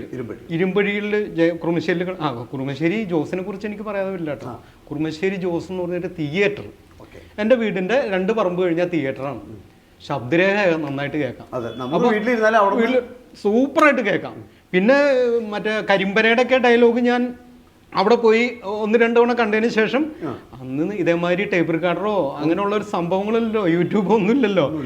അവിടെ പോയിരുന്ന നോട്ട്ബുക്കും പേനയും കൊണ്ടുവന്നത് കരിമ്പനയിലെ ജയന്റെ ഡയലോഗുകൾ മൊത്തം എഴുതിയെടുക്കലാണ് അവിടെ ഇരുന്നത്. അപ്പൊ ഈ ജയന്റെ ഡയലോഗ് കിട്ടണത് ഇങ്ങനെയാണ്: സൈനബോ, കത്തുന്ന വിളക്കിന് സാക്ഷ്യം നിർത്തി ഞാൻ പറയണ, എൻ്റെ ജീവൻ രക്ഷിക്കാൻ നീ നിന്റെ കുഞ്ഞിനെ കൊന്നുവെങ്കിൽ ഈ നാട്ടിൽ 1000കണക്കിന് കുഞ്ഞുങ്ങളുടെ ജീവൻ രക്ഷിക്കാൻ ഞാൻ എൻ്റെ രക്തം ചിന്തും. ഈ ഒരു ഡയലോഗ് ഉണ്ട് ഇതിൽ. കത്തുന്ന പറയണോടത്താണ് ജയന്റെ ടോൺ കിട്ടുന്നത്. അങ്ങനെ NCC ക്യാമ്പ് 10ാം ക്ലാസ്സിൽ പഠിക്കുമ്പോൾ NCC ക്യാമ്പ് ഞാൻ പുറത്തൊന്നും അവതരിപ്പിച്ചിട്ടില്ല. NCC ക്യാമ്പിൽ ഒരു കൾച്ചറൽ ഷോ ഉണ്ടല്ലോ 7 മണിക്ക്. അപ്പോൾ ആദ്യത്തെ ദിവസം 2ാമത്തെ ദിവസമൊക്കെ ഞാനിങ്ങനെ വിട്ടു നിന്ന്, നല്ല മുകിലന്മാരുണ്ടെങ്കിൽ നമുക്ക് കാണാം എന്നൊക്കെ കരുതി. അങ്ങനെ നമ്മൾ ആദ്യമായിട്ട് മിമിക്രിക്ക് കയറുന്നത് ഈ പറയുന്ന അമ്പലമേട് ഫാക്ടറി ഹൈസ്കൂൾ ഉണ്ടല്ലോ, അവിടെ NCC ക്യാമ്പിൽ 10ാം ക്ലാസ്സിൽ പഠിക്കുമ്പോഴാണ് ആദ്യമായിട്ട് മിമിക്രി എന്ന് പറഞ്ഞ സ്റ്റേജ് കയറുന്നത്. അത് കഴിഞ്ഞിട്ട് പിന്നെ ഈ ക്യാമ്പിൽ പിള്ളേർക്ക് ഭക്ഷണമൊക്കെ ഇങ്ങനെ ക്യൂ ആയിട്ട് നിന്നിട്ട് കഞ്ഞിയൊക്കെ വിളമ്പി കൊടുക്കാനല്ലോ, പാത്രമായിട്ട് നിൽക്കാനല്ലോ. നമുക്ക് അന്നത്തെ കാലത്ത് ഇന്നാണല്ലേ ബൊഫെ വന്നേ, അന്നത്തെ കാലത്ത് ഇത് നമുക്ക് വലിയ കുറച്ചില്ല. പക്ഷെ നമ്മൾ ഇപ്പം ഇത്തിരി വൈകി ചെന്നാലും 2 ജയന്റെ ഡയലോഗ് ഇട്ട് കൊടുത്തു കഴിഞ്ഞാൽ നമ്മൾ ഫ്രണ്ടിൽ കയറും. അങ്ങനെ നമ്മൾ മിമിക്രി ഇത് കഴിഞ്ഞിട്ട് 10ാം ക്ലാസ് കഴിഞ്ഞ് പ്രീ ഡിഗ്രി പോണേക്കാൾ മുമ്പ് എറണാകുളത്ത് കാവ്യാഞ്ജലി തിയേറ്റേഴ്സ് എന്ന് പറഞ്ഞിട്ട് വെണ്ണലയിൽ ഒരു കാവ്യാഞ്ജലി തിയേറ്റേഴ്സ്. അപ്പോൾ ഈ വെണ്ണലയിൽ എൻ്റെ അമ്മായിയുടെ വീടുണ്ട്, അവിടുത്തെ അടുത്തുള്ള ഒരു ക്ലബ്ബാണ് കാവ്യാഞ്ജലി. അവരുടെ ഒരു ആനുവൽ പ്രോഗ്രാമിന് എൻ്റെ മിമിക്രി. അങ്ങനെ ഈ മണ്ണെടുത്തുകുഴി എന്ന് പറയുന്ന ലെനിൻ സെൻറ്റർ, ഇപ്പോൾ അത് റിലയൻസിൻ്റെ കെട്ടിടങ്ങളിൽ ഇരിക്കുന്ന ആ ഗ്രൗണ്ടാണ്. അവിടെയാണ് ആദ്യമായിട്ട് ഒരു പ്രൊഫഷണൽ ആയിട്ട് സ്റ്റേജിൽ കയറിയ ഒരു എവിടെയെങ്കിലുമൊക്കെ ഒഴിവാക്കപ്പെട്ടായിട്ട് തോന്നിയിട്ടുണ്ടോ? ഈ നമ്മൾ പറയില്ലേ, ഭിക്ഷ തന്നില്ലെങ്കിലും പട്ടീനെ വിട്ട് കടിപ്പിക്കരുത് എന്ന് പറയില്ലേ, അങ്ങനെയുള്ള കുറേ അനുഭവങ്ങളുണ്ട്. പക്ഷെ അതൊക്കെ പറഞ്ഞാൽ നമ്മളെ തന്നെ സിനിമയിലേക്ക് അഭിനയിച്ചു, നമ്മളൊരു ഭരത് അവാർഡ് ഒക്കെ കിട്ടി, ഇതല്ലെങ്കിൽ നമ്മൾ കുറേ വേഷങ്ങൾ കിട്ടി എന്നൊക്കെ പറഞ്ഞാൽ അത്തരം കാര്യങ്ങൾ നമുക്ക് പറയാം, മുഖം നോക്കാണ്ട് പറയാം. ഇപ്പം നമ്മളത് പറഞ്ഞാൽ നമ്മൾ ഇരിക്കുന്ന കൊമ്പ് മുറിക്കണതിന് തുല്യമാണ്. അപ്പോൾ ഒരുപാട് തിക്താനുഭവങ്ങൾ ഉണ്ടായിട്ടുണ്ട്. മായപ്പന്മാൻ സിനിമയാണ് രമേശൻ ത്രൂ ഔട്ട് വേഷം നല്ലൊരു വേഷം ചെയ്തു. മായപ്പന്മാൻ്റെ കഥ പറയുമ്പോൾ എനിക്ക് ആദ്യം പറയേണ്ടത് കല്യാണ സൗന്ദര്യമാണ്. കല്യാണ സൗന്ദര്യത്തിൽ അന്ന് നമ്മുടെ ജഗതി ചേട്ടൻ ഒരല്പകാലം ഒരു വിട്ടു നിന്ന സമയമാണ്. അപ്പോൾ കല്യാണ സൗന്ദര്യം സിനിമ വിനയൻ്റെ പടം, ദിലീപ് നായകൻ, ദിവ്യൗണി നായികയായിട്ട് അഭിനയിക്കുന്ന പടം. അപ്പോൾ 17-ാം തീയതി പടം റിലീസ് ചെയ്യാൻ പറ്റിയില്ലെങ്കിൽ വേണ്ടാന്ന് പറഞ്ഞിരിക്കുന്ന സമയത്ത് ഞാൻ കാലടി പ്ലാന്റേഷനിൽ ഒരു ടെലിഫിലിമിൻ്റെ വർക്കിന് പോയപ്പോൾ ഒരു PP കോൾ വീട്ടിൽ കൊടുത്തു. അങ്ങനെ ഒരു മദ്രാസിൽ നിന്ന് ഒരു വിളി വരാണ്, ഇങ്ങനെ വിനയൻ സാറിൻ്റെ പടത്തിൽ ജഗതിക്ക് ഡബ് ചെയ്യണം, ജഗതിച്ചേട്ടൻ ഡബ് ചെയ്യാൻ വേണ്ടിയിട്ട് കല്യാണ സൗന്ദര്യം സിനിമയ്ക്ക് 20 വർഷം മുമ്പ്. അപ്പോൾ എങ്ങനെയെന്ന് വെച്ച് കഴിഞ്ഞാൽ അധികം മുമ്പാണ് ഞാൻ മിമിക്സ് ആക്ഷൻ 500-ൽ ജഗതിനെ അനുകരിച്ചത്. അപ്പോൾ അനുകരിച്ചപ്പോൾ മദ്രാസിലുള്ളൊരു ബാലാജി റെക്കോർഡിസ്റ്റ് പറഞ്ഞു, രമേശ് ജഗതിയുടെ വോയിസ് നിങ്ങൾ 100% ഓക്കെ ആണ് കേട്ടോ. അപ്പം ഞാൻ എൻ്റെ ഒരു കാർഡ് വെച്ച് കൊടുത്തു, എന്തെങ്കിലും ജഗതിയുടെ ഒരു ആവശ്യം വന്നാൽ വിളിക്കാം, അല്ലെങ്കിൽ എന്തെങ്കിലും വേഷം കിട്ടിയാലും വിളിക്കണം. അപ്പോൾ എന്നെ ഭയങ്കര കാര്യമായി വിളിക്കും. അപ്പോൾ അതിൽ പക്ഷേ 73213 എന്ന് പറഞ്ഞ എൻ്റെ തറവാട്ടിലെ ഫോൺ നമ്പറാണ്. അന്ന് 5 ഡിജിറ്റിലുള്ളൂ. Land phone. അപ്പോൾ ഈ നമ്പർ അവിടെ കൊടുത്തു. അപ്പോൾ വിനയൻ സാറിന് ജഗതിനെ വേണം എന്ന് പറഞ്ഞപ്പോൾ തന്നെ ഇയാൾ ഈ ബാലയ്യ സാറ് ഈ കാർഡ് എടുത്ത് വെച്ച് കൊടുത്തു. പക്ഷെ പലരും ശ്രമിച്ചു, ജഗതി ചെയ്യാൻ വേണ്ടി പലരും ശ്രമിച്ചു. അപ്പോൾ ഇതിൽ ആലുവ എന്ന് കണ്ടപ്പോൾ അവർ അന്ന് വർഗീസറിനെ വിളിച്ചു, NF-നെ വിളിച്ചു. NF-നെ വിളിച്ചപ്പോൾ പറഞ്ഞു ഇത് രമേശാണ്, അവൻ നന്നായിട്ട് ചെയ്യും. രമേശ് ഏതെന്ന് വെച്ചപ്പോൾ ആ സിനിമയിലെ ചെയ്യണ രമേശ്. അപ്പോൾ അവർക്ക് ക്ലിക്കായി, വിനയൻ സാറിനൊക്കെ ക്ലിക്കായി ഇത് രമേശ് ഇന്നാളെന്ന്. അങ്ങനെ വന്നിട്ട് അപ്പോൾ വർഗീസേട്ടൻ പറഞ്ഞു അവന് നിങ്ങൾ നല്ല റെമ്യൂണറേഷൻ കൊടുക്കണം, നല്ല ട്രീറ്റ്മെൻ്റ് ആയിരിക്കണം എന്നൊക്കെ പറഞ്ഞിട്ട് എന്നെ ഇവിടെ നിന്ന് കയറ്റി വിട്ട് അന്ന് ജഗദീഷ് അവിടെ ഉണ്ട്. അപ്പോൾ ഞാൻ ഡബ്ബിങ് ചെയ്യാനൊക്കെ ഫാസ്റ്റ് ആയില്ലെങ്കിലോ പഠിക്കട്ടെ എന്നൊക്കെ കരുതി ഒരു 2-3 ദിവസം വെറുതെ എന്നെ കാണിച്ചു തന്നു എങ്ങനെയൊക്കെ ഉണ്ടാവും. പക്ഷെ ഞാൻ അതിക്ക് മുമ്പൊക്കെ ചെയ്തിട്ടുള്ളതാണ്. എന്നിരുന്നാലും അവർ പറയുമ്പോൾ ചെയ്യാം, വേറെ വല്ല കാരണങ്ങളും ഉണ്ടാവാം, എന്താണെന്നറിയില്ല. ഞാൻ ജഗതിയുടെ ചെയ്തു, പറഞ്ഞ നേരം കൊണ്ട് പടപടാന്ന് ചെയ്തു. അപ്പോൾ അതിൽ നിന്ന് പുള്ളി ഇൻട്രൊഡക്ഷൻ മറ്റേ ക്യാപ്റ്റൻ രാജു വൈദ്യനും ഇദ്ദേഹം ഒരു ശിങ്കിടിയായിട്ടാണ്. അപ്പോൾ ഒരു കുട്ടകത്തിൽ നിന്ന് കയറി വന്നിട്ട് അപ്പോൾ മാമ്പുള്ളി ഈ ഇന്ന കഷായത്തിൻ്റെ കൂട്ട് പറയും എന്ന് പറഞ്ഞു കഴിഞ്ഞപ്പോൾ കുറേ പച്ചമരുന്നുകളുടെ പേരും പറഞ്ഞിട്ട് പുള്ളി പൊന്തി തന്നെ. അങ്ങനെയാണ് ജഗതിനെ. അത് ഓർമ്മയുണ്ടോ? അത് ഒരു പിടുത്തമില്ല. അത് അന്ന് തന്നെ ചെയ്തത്. കൂളവര് ആവിളവര് ഈവിളവര് എന്നൊക്കെ പറഞ്ഞിട്ട് കയറി വന്നതാ. ഇത് സാധനം എന്ത് ചെയ്താൽ പിടിക്കാൻ പറ്റില്ല. പച്ചമരുന്നുകളുടെ വായിക്കൊള്ളാത്ത പേര്, ശബ്ദം, അദ്ദേഹത്തിന്റെ ലിപ്പ്, അത് തന്നെയല്ല പുള്ളി അതിലൊരു വേറെ ടോണിലാണ് കളിച്ചേക്കണേ. ഇപ്പൊ കിലിക്കൻ സ്റ്റൈലിലുള്ള ടോണിലല്ല കളിച്ചേക്കണേ. ഒരു മാമ്പുള്ളി എന്ന് പറഞ്ഞൊരു ഒരു ബ്രാഹ്മൺ കഥാപാത്രം പോലത്തെ ഒരു ടോണാണ് കളിച്ചേക്കണേ. അവസാനം ഞാൻ പറഞ്ഞു കുറേ ഇട്ട് നോക്കിയിട്ടും അന്ന് മറ്റേ ലൂപ്പ് ഇതാണല്ലോ, കുറേ ഇട്ട് നോക്കിയിട്ടും കിട്ടണില്ല. അപ്പം ഞാൻ പറഞ്ഞു എന്നാൽ ഒരു കാര്യം ചെയ്തു, എനിക്ക് ആ സ്ക്രിപ്റ്റ് അതൊന്നും മരുന്നുകളുടെ ഓർഡർ ഒന്ന് എഴുതിത്താ എന്ന് പറഞ്ഞു. ഇങ്ങനെ ഞാൻ അവിടെ സ്റ്റാർട്ട് ചെയ്ത് ഇങ്ങനെ നോക്കാണ്ട് അവിടെ ലിപ്പ് നോക്കാണ്ട് ഞാൻ ഇത് നോക്കി വായിച്ചു. കറക്റ്റ് സിങ്ക് സെറ്റായി. കറക്റ്റ്. അപ്പോൾ ഒരു മരുന്ന് മാത്രം ഇവർ എഴുതിയേക്കണത് വ്യത്യാസപ്പെട്ടു. അപ്പോൾ അതിൻ്റെ ഒരു കടിയുണ്ട്. ഞാൻ പറഞ്ഞു സാറേ ഞാനത് മര്യാദ. വിനയൻ സാറ് പറഞ്ഞു രമേശ് ഇനി അതുമ്പോൾ തൊടണ്ട, അത് ഓക്കെയാണ്.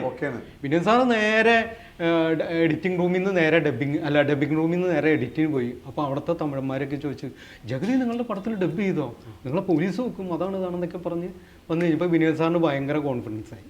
അങ്ങനെ വിനയൻ സാർ എന്നെ വിളിച്ചിട്ട് പറഞ്ഞു രമേശ് ചെയ്ത് വലിയൊരു ഉപകാരമാണ്, മറക്കില്ല, എനിക്ക് പടങ്ങൾ വരും, വേറെ വേഷങ്ങൾ തരാം എന്നൊക്കെ പറഞ്ഞ്. അപ്പോൾ നമ്മുടെ ചിപ്പിയുടെ ഭർത്താവ് രഞ്ജിത്തേട്ടൻ ഒരു 10,000 രൂപ എടുത്ത് നമ്മുടെ കയ്യിൽ തരാം. അപ്പോൾ ഞാൻ പറഞ്ഞു ചേട്ടാ എൻ്റെ ഒപ്പം ഉള്ളവരൊക്കെ വലിയ വലിയ നിലയിലെത്തി, എനിക്ക് അവസരം മതി, പൈസ കിട്ടിയില്ലെങ്കിലും വേണ്ടില്ല, അവസരം മതി, രമേശ് മറക്കില്ല, ചെയ്യുമെന്ന്. അങ്ങനെയാണ് വിനയൻ സാറ് അടുത്ത പടം ഉല്ലാസപ്പൂങ്കാറ്റ്, അതിലൊരു ചെറിയ വേഷം. അനുരാഗ് കൊട്ടാരം വന്നപ്പോൾ കുറച്ചും കൂടി ത്രൂ ഔട്ട് നല്ല വേഷം. ഇങ്ങനെ രഞ്ജിത്തേട്ടൻ തരുന്ന വേഷമാണ് മായപ്പന്മാനിലെ. തുളസിദാസ് ഡയറക്ഷൻ, പള്ളാശ്ശേരി ചേട്ടൻ സ്ക്രിപ്റ്റ്. അപ്പോൾ പള്ളാശ്ശേരി ചേട്ടൻ പറഞ്ഞു ഇതൊരു 10 പൈസ കുറവുള്ള ഒരു മന്ദബുദ്ധി ക്യാരക്ടറാണ്, മീശ പിടിച്ചുകൂടെ എന്ന് വെച്ചു. അപ്പോൾ ഇതിക്ക് മുമ്പ് ഞാൻ മീശ പിടിച്ച് തന്ന് 93-ലാണ് ഈ മായപ്പന്മാന് വേണ്ടിയാണ്. അങ്ങനെ മായപ്പന്മാന് വേണ്ടി ഞങ്ങളിങ്ങനെ മീശയൊക്കെ പിടിച്ച് അപ്പോൾ ആ സംഭവം പെർഫോം ചെയ്തു. ഒരു നല്ല വേഷമായിരുന്നു, ത്രൂ ഔട്ടുള്ളൊരു വേഷമായിരുന്നു. പക്ഷെ എടുത്തിരുന്ന എല്ലാ സീനുകളൊക്കെ വന്നിരുന്നെങ്കിൽ സിനിമയിലൊന്ന് കയറി പറ്റിയനെ. 1000 എപ്പിസോഡ് ലോക ചരിത്രത്തിൽ തന്നെ ഏറ്റവും ഹിറ്റായ ഒരു പ്രോഗ്രാമാണ് സിനിമാല. സിനിമാലയുടെ തുടക്കക്കാരനല്ലേ രമേശ് ചേട്ടൻ? തീർച്ചയായിട്ടും. സിനിമാലയുടെ ഓർമ്മകൾ എന്തെങ്കിലും? സിനിമാലയുടെ ഓർമ്മ എന്ന് വെച്ച് കഴിഞ്ഞാൽ കൊച്ചിമിമ്മി ഞാനും പ്രദീപ് കൊള്ളുരുത്തി ഞങ്ങൾ പാരഡി മാസാമാസം ഇറക്കണ സമയം. പിന്നെ അപ്പോൾ കൊച്ചിമിമ്മി എന്ന് പറഞ്ഞു കഴിഞ്ഞാൽ ഗംഭീര, അദ്ദേഹത്തിനെ മറക്കാൻ പറ്റില്ല.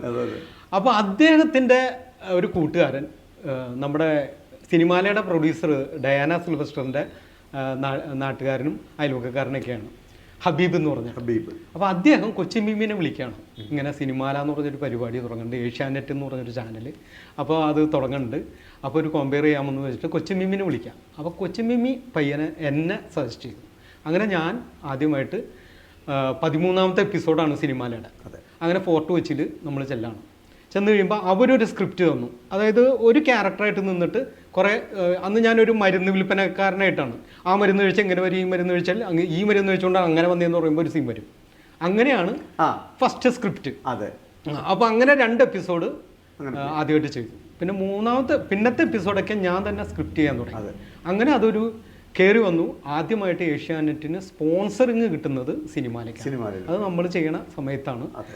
അപ്പോൾ അതിൽ ഞാൻ ഏറ്റവും കൂടുതൽ നന്ദി പറയേണ്ടത് ഡയാനയോടും കൊച്ചിൻ മിമിയോടുമാണ്. അങ്ങനെയാണ് സിനിമാല. പിന്നെ കുറേ കാലം ഒറ്റയ്ക്ക് സിനിമാല ചെയ്തു. സിനിമാലയിലെ നമ്മുടെ ശശികുമാർ സാറ്, ഏഷ്യാനെറ്റിലെ ശശികുമാർ സാർ ഒഴിച്ച് ബാക്കി എല്ലാവരെയും കോ ആർട്ടിസ്റ്റുകളായിട്ട് അവതരിപ്പിച്ചു. കാരണം നമ്മൾ ചെറിയ ഇതൊക്കെ പിന്നെ അത് ഗ്രൂപ്പായി. അപ്പോൾ ഇടയ്ക്കൊക്കെ വീണ്ടും ഞാൻ വിട്ടു നിന്ന് ഇടയ്ക്കിടയ്ക്ക് 1000 വരെ നമ്മൾ ഇടയ്ക്കിടയ്ക്കൊക്കെ കയറി വന്നു. ഞാൻ ഏകദേശം കുറച്ച് നാൾ ഉണ്ടായിരുന്നു. മനോജ് സജീവമായിരിക്കുന്ന സമയത്ത് ഞാനില്ല. തുടക്കം കുറിച്ചിട്ട് ഒരു ചുമരുണ്ടാക്കി കൊടുത്തിട്ട് നമ്മൾ മാറിക്കളഞ്ഞു. സീരിയല് മിന്നുകെട്ട് അതും അടുത്ത ചാനല് 5 വർഷം. ഇപ്പൊ ഇത് 1000 എപ്പിസോഡാണെങ്കിൽ മറ്റേത് 5 വർഷം തികച്ച ഒരു സീരിയലാണ് മിന്നുകെട്ട്. അത് ജ്ഞാനശീലൻ സാറാണ് അതിൻ്റെ ഡയറക്ടർ. അപ്പോൾ ജ്ഞാനശീലൻ സാറ് ഈ മായപ്പന്മാൻ ചെയ്തിരിക്കുമ്പോൾ അദ്ദേഹത്തിൻ്റെ ഒരു സീരിയലിന് വേണ്ടിയിട്ട് ഒരു സുഗുണൻ എന്ന് പറഞ്ഞൊരു കഥാപാത്രം, സ്നേഹാഞ്ജലി, അതിൽ വേണ്ടിയിട്ടാണ് ആദ്യമായിട്ട് ജ്ഞാനശീലൻ സാറ് കാണുന്നത്. അപ്പോൾ ജ്ഞാനശീലൻ സാറിനെ കാണുമ്പോൾ ഞാൻ മീശയില്ലാണ്ടാണ് ഇരിക്കുന്നത്. അപ്പോൾ അതിലും നല്ല വേറെ ഉണ്ട്, മീശയ്ക്ക് ദാമ്പത്യ ജീവിതത്തിൽ ഭയങ്കര പ്രാധാന്യം ഉണ്ടെന്ന് മനസ്സിലായ ഒരു ദാമ്പത്യത്തിൽ ഭയങ്കര പ്രാധാന്യമുണ്ട്. അതായത് മായപ്പന്മാരിൽ ഞാൻ മീശ പിടിച്ചല്ലോ. ഇത് ഞാൻ വീട്ടിൽ അന്നത്തെ മാതിരി മൊബൈൽ ഫോണൊന്നും ഇല്ലല്ലോ, വീട്ടിലേക്ക് വിളിച്ചു പറയാം ഞാൻ മീശ പഠിച്ചോട്ടോ എന്ന് പറയാനൊന്നും പറ്റില്ല. ഞാൻ വീട്ടിൽ ചെന്ന് ഒരു രാത്രിയാണ്, വാതിൽ തുറന്ന് വൈഫ് വാതിൽ തുറന്നു നോക്കിയിട്ടേ മിണ്ടണില്ല, എന്നോട് മിണ്ടണില്ല. എന്താണ് സംഭവം എന്ന് പറഞ്ഞാൽ ഒരു പിടുത്തില്ല. മീശ പിടിച്ച് എന്നെ കാണാൻ കണ്ടിട്ടേ ഇല്ല, തയ്യാറല്ല, ആ രൂപത്തിൽ കാണാനേ തയ്യാറല്ല. അങ്ങനെ ഒരാഴ്ച നമ്മളോട് മിണ്ടാണ്ടിരിക്കുകയാണ്. അപ്പോൾ അടുത്ത ഷെഡ്യൂളിൽ ഞാൻ ചെന്നപ്പോൾ അന്ന് നമ്മുടെ കുമരകൻ രഘുനാഥ് ചേട്ടൻ, ഞങ്ങളാണ് കമ്പനി, അതിൽ വില്ലനായിട്ട് അഭിനയിച്ചത്. അപ്പോൾ രഘുനാഥ് ചേട്ടനോട് ഞാൻ പറഞ്ഞു ഇങ്ങനെ വൈഫ് ഇങ്ങനെ മിണ്ടണില്ല മീശ പിടിച്ചിട്ട്, എന്താ ചെയ്യണ്ടേന്ന് വെച്ചു. അപ്പോൾ രഘുനാഥ് ചേട്ടൻ പറഞ്ഞു, രമേശ ഒരു കാര്യം ചെയ്യും, മീശ പിടിച്ചിട്ട് നീ ഇപ്പം എന്നോട് മിണ്ടണില്ല, ഇക്കണക്കിന് എനിക്കൊരു ആക്സിഡൻറ്റ് പറ്റി എൻ്റെ കയ്യോ കാലോ ഒടിഞ്ഞു പോയാൽ, ചിലപ്പോൾ അറ്റുപോയാൽ നീ എന്നെ ഇട്ടേച്ച് പോവുമല്ലോ, ഇങ്ങനെ ഒന്ന് പറഞ്ഞു നോക്കാൻ പറഞ്ഞു. അങ്ങനെ ഞാൻ തങ്ങൾ കാച്ചി, അതോടുകൂടി അത് സോൾവ് ആയി. പക്ഷെ അത് സോൾവ് ആയി. ഈ മായപ്പന്മാൻ കഴിഞ്ഞാൽ മീശ വയ്ക്കാമെന്ന് കരുതിയിരിക്കുമ്പോൾ ആണ് ഈ സ്നേഹാഞ്ജലിക്ക് വേണ്ടി ചെല്ലണേ. അടുത്ത സീരിയൽ കിട്ടാണ് അതിന്. അപ്പം മീശയില്ല. അപ്പം ജ്ഞാനശീലൻ ചേട്ടൻ എന്നെ കാണുന്നത് മീശയില്ലാണ്ടാണ്. അപ്പോൾ അതിലൊരു നെഗറ്റീവ് ക്യാരക്ടർ, സുഗുണൻ എന്ന് പറഞ്ഞൊരു ക്യാരക്ടർ, ഒരു പെണ്ണിനെ പ്രേമിച്ച് കിടക്കുന്ന ഒരു ക്യാരക്ടർ. മാസാമാസം വർക്ക്, അന്ന് മീശ ഒന്ന് കിളുത്ത് വരും, വീണ്ടും പഠിച്ചു. അങ്ങനെ ഒരു 1-2 കൊല്ലം ഞാൻ മീശ പഠിച്ചിട്ടില്ല. അതിനുശേഷം ഈ നമ്മുടെ ജ്ഞാനശീലൻ ചേട്ടൻ ചെയ്യുന്നൊരു വർക്കാണ് ഈ മിന്നുകെട്ട് സൂര്യ ടി വിയിലെ 1134 എപ്പിസോഡ്. അതായത് 5 വർഷം ഞങ്ങൾ ഒരു കുറൂര് മന, ശ്രീകൃഷ്ണൻ പ്രത്യക്ഷപ്പെട്ട ഒരു കുറൂര് മനയുണ്ടല്ലോ, ആ മനയിൽ ആണ് ഈ 5 വർഷം ഞങ്ങളുടെ ഒരു വിങ്. അതായത് ചെമ്പരത്തി രാഘവൻ ചേട്ടന് 5 മക്കൾ, അതിൽ ഒരു പെങ്കൊച്ചനെ കെട്ടിച്ചു വിട്ട വീടാണ് ഞങ്ങളുടെ വീട്. അപ്പം ഞാനും നമ്മുടെ ഇപ്പോഴത്തെ നമ്മൾ എന്ന സീരിയലിൽ അരുൺ ഘോഷ്, പ്രൊഡ്യൂസറായ അരുൺ ഘോഷ് എൻ്റെ അളിയനായിട്ട്, ഞങ്ങൾ കുഞ്ഞളിയന്മാരായിട്ട് 5 വർഷം. അത് ഒരു ചരിത്രമായിരുന്നു. ചരിത്രം എന്ന് പറഞ്ഞാൽ അതായത് ഈ കുറൂര് മനയിൽ 3 ചന്ദ്രക്കാരൻ മാവുണ്ട്, ഈ ഉടച്ചൂടിയ മാങ്ങ ഉണ്ടല്ലോ, 3-നും 3 ടേസ്റ്റാണ്. അപ്പം ഞാൻ പവിത്രേട്ടൻ, കോഴിക്കോട് പവിത്രേട്ടൻ, ഹനീഫിക്ക, വാര്യർ മാഷ്, ഈ പറയുന്ന അരുൺ ഘോഷ് ഇവരൊക്കെ കൂടി ഈ മാവിൻ്റെ കടയ്ക്ക ഇങ്ങനെ കസേരയിട്ടിരിക്കും. എന്നിട്ട് മാങ്ങ വന്ന് വീഴുമ്പോൾ ഓടിച്ചെന്ന് എടുക്കുക. സീരിയൽ അഭിനയിക്കണല്ല, അത് അവിടെ നടക്കും. ഇത് ഞങ്ങൾ മാങ്ങ തിന്നാണ് ഞങ്ങൾ തന്നെ. അപ്പൊ നോക്കുമ്പോ മാങ്ങ തിന്നുന്ന ടീം വരണ്ടോ. ഇത് കഴിഞ്ഞിട്ടേ ഈ മാങ്ങ പെറുക്കാൻ പോകുമ്പോ ഇവര് വെറുതെ കല്ലെറിയും. പണ്ടത്തെ ഒരു കഥയില്ലേ, ഈ പിള്ളേര് നമ്മളെ പറ്റിക്കില്ലേ, പിന്നെ ഇത് എവിടെ പോയി എന്ന് പറഞ്ഞാൽ അവിടെ മുഴുവനും. അപ്പൊ ഈ പാമ്പും സർപ്പക്കാടും ഒക്കെ ഉള്ളൊരു ഇല്ലാണ്. പക്ഷെ എന്നാലും മാങ്ങയുമ്പോ നമ്മള് അപ്പൊ ഒരു ഷുഗറൊക്കെ ഉണ്ടെങ്കിലും ഒരു 17 മാങ്ങ ഒക്കെ മാങ്ങ തിന്ന്. അതായത് അപ്പോൾ ഒരു 5-8 മാങ്ങ ഉണ്ടെങ്കിൽ നമ്മുടെ ജ്ഞാനചേട്ടന് കൊണ്ട് കൊടുക്കും, ഡയറക്ടർക്ക് കൊണ്ട് കൊടുക്കും. അപ്പൊ പുള്ളി ആക്ഷൻ. അപ്പൊ സീരിയലിന്റെ പേര് മാങ്ങാന്നല്ലോ. അവിടെ കഥ തീർന്നില്ല കേട്ടാ. അപ്പൊ അതില് നമ്മുടെ സീമാജി നായർ നല്ലൊരു വേഷം ചെയ്യുന്നുണ്ട്. അപ്പൊ സീമാജി നായർ നാട്ടിൽ നിന്ന് കാറ് കൊണ്ടുവരും. എന്നിട്ട് ഡ്രൈവർ അവിടെ നിർത്തിയേക്കാണ് മാങ്ങ പെറുക്കാൻ. ഞങ്ങളെ ബ്ലോക്ക് ചെയ്തിട്ട് ഞങ്ങൾക്കൊരു വില്ലൻ അവൻ എന്നിട്ട് ഇത് മുഴുവൻ ഡിക്കിലിടും. നമുക്ക് ഈ ഡിക്കിയൊന്നുമില്ലല്ലോ, നമ്മൾ 3-5 ദിവസം കഴിഞ്ഞാൽ ബാഗിൽ വരുമ്പോഴേക്കും എടുത്തു വെച്ച് കഴിഞ്ഞാൽ ഇത് പൂപ്പിൽ പിടിച്ചു പോകും. ഇത് ഡിക്കി കണക്കിന് മാങ്ങയായിട്ട് സീമാജി നായരുടെ വീട്ടിൽ ഡെയിലി മാമ്പഴ പിടിച്ചേരി. അവിടെ മാത്രല്ല, മെർമേഡ് ആ ഭാഗത്താണ് സീമാജി നായരുടെ വീട്. അവിടെ ഡിക്കി തുറക്കുമ്പോ വയറ്റിലേലും മണം വരും. അങ്ങനെ എല്ലാവർക്കും മാമ്പഴ പിടിച്ചേരി വെച്ച് കൊടുക്കുന്ന പരിപാടിയാണ്. അങ്ങനെ മിന്നിക്കെട്ട് 5 വർഷം ഒരു കുടുംബം പോലെ. അതായത് അയൽവക്കത്തെ ആൾക്കാരൊക്കെ ഇങ്ങനെ, ഓഡിയൻസൊക്കെ ഇങ്ങനെ വരും. ഒരു ദിവസം ഒരു പാലക്കാട് നിന്ന്, ഇപ്പൊ രഘുചേട്ടൻ പാലക്കാട് നിന്ന് ഒരാൾ വന്നേക്കാണ്, നല്ല കതറൊക്കെ ഇട്ട്, നല്ല ഒരു സിമ്പിളൻ. അദ്ദേഹത്തിൻ്റെ ഭാര്യ വന്നേക്കണു, ഭാര്യയുടെ ഒരു അമ്മാവൻ. ഇയാൾ കുറേ നേരമൊക്കെ ഞങ്ങളുടെ അടുത്ത് വർത്താനം പറഞ്ഞിട്ട് പോകണമെന്നൊക്കെ പറഞ്ഞിട്ട് ഒരു ഒറ്റ കരച്ചില്ല. ആ മിന്നുകെട്ടിലെ തള്ളയുടെ മാരത്തെ ഒരു തള്ള ആയിരുന്നു ഇദ്ദേഹത്തിൻ്റെ അമ്മ. ഭയങ്കര കുശുമ്പാണ്. അതായത് ഈ ഗായത്രി ദേവി എന്നാണ് ഈ നടിയുടെ പേര്. ആ പേര് തന്നെ ഇയാളുടെ ഭാര്യയ്ക്ക്. എന്നിട്ട് ഭയങ്കര കലഹമായിരുന്നു. കുശുമ്പ് എന്ന് പറഞ്ഞാൽ ഇയാളൊരു പുത്തൻ കാറ് മേടിച്ചിട്ട് അമ്മ അടിച്ച് ചില്ല് പിടിച്ചെന്ന് പറയുന്നത്. അങ്ങനെ അനിയും കല്യാണം കഴിച്ചതിന് ശേഷമാണ് അല്പം കുശുമ്പ് അങ്ങടേക്ക് പോയി. അങ്ങനെ പുള്ളി റിലാക്സ് ആയി. അതെ, സ്പ്ലിറ്റ് പോയി. അപ്പം ഞങ്ങളുടെ തമാശയിലേക്ക് കൂടിയിട്ട് പുള്ളി പറയാണ്, ഇനി ഞാൻ എൻ്റെ അമ്മയുടെ അടുത്തേക്കേ പോണേ എന്ന് പറഞ്ഞിട്ട് പോണേ. അങ്ങനെ ഗോവയിൽ ഞങ്ങൾ പോയിട്ട്, ഞങ്ങളുടെ അളിയൻ ഗോവയിൽ വെച്ച് മരിക്കും. ഈ അരുൺ ഘോഷ് ചെയ്തിരുന്ന ക്യാരക്ടർ ഗോവയിൽ വെച്ച് മരിക്കും. അപ്പം ഞാനാണ് അളിയൻ്റെ കൂടെ ഗോവയിൽ പോയിക്കണം. ഗോവയിൽ നിന്ന് വിളിച്ചു പറയണ ഒരു സീനുണ്ട്. വിളിച്ചു പറയണ സീൻ ടെലികാസ്റ്റ് ചെയ്ത് അന്ന് ഒരു രാത്രി 11 മണിയായപ്പോൾ ഒരാൾ വിളിക്കുകയാണ്, അരുൺ ഘോഷ് വിളിക്കുകയാണ്, ചേട്ടാ എനിക്ക് എൻ്റെ ഭാര്യയ്ക്ക് ചേട്ടനോടൊന്ന് സംസാരിക്കണം. എന്നിട്ട് വേഗം ഭാര്യയ്ക്ക് ഫോൺ കൊടുക്കണം.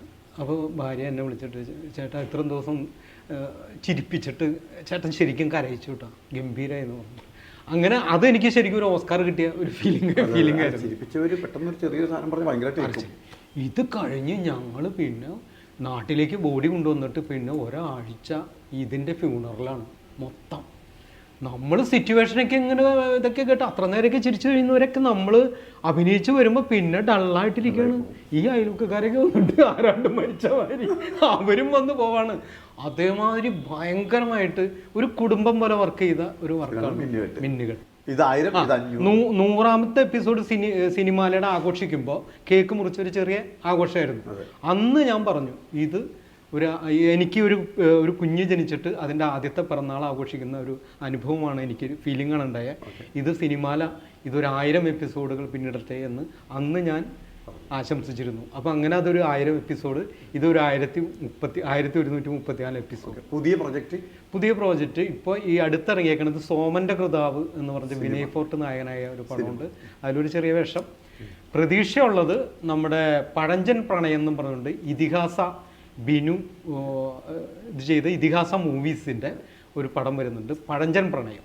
അതിലിത്തവണത്തെ സ്റ്റേറ്റ് അവാർഡ് കിട്ടിയ നടിയുടെ അപ്പനായിട്ട് ഒരു വേഷം ചെയ്തിട്ടുണ്ട്. ഇപ്പോൾ ചെയ്തുകൊണ്ടിരിക്കുന്നത് നമ്മൾ എന്ന് പറഞ്ഞ സീരിയൽ, അരുൺ ഘോഷ് പ്രൊഡ്യൂസറും നായകനുമായിട്ടുള്ള നമ്മൾ എന്ന് പറഞ്ഞൊരു സീരിയലാണ് ഏഷ്യാനെറ്റിൽ. എല്ലാ പ്രൊജക്റ്റുകളും വിജയിക്കട്ടെ. എൻ്റെ ഈ സൗഹൃദ സംഭാഷണത്തിന് വളരെയധികം നന്ദി. Thank you. അപ്പോൾ ഏറെക്കാലത്തിന് ശേഷം നമ്മൾ ഒരുമിച്ച് സ്റ്റേജിൽ ചെയ്തിട്ടില്ല.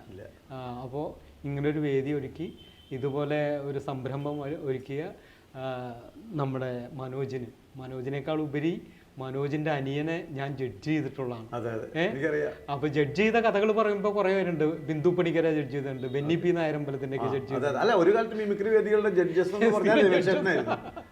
അപ്പോൾ ആ അനിയനും ചേട്ടനും തമ്മിലുള്ള ഈ സംരംഭം ഒരു ഗംഭീര വിജയമാകട്ടെ എന്ന് ആശംസിക്കുന്നു. നന്ദി. താങ്ക് യു ചേട്ടാ, താങ്ക് യു.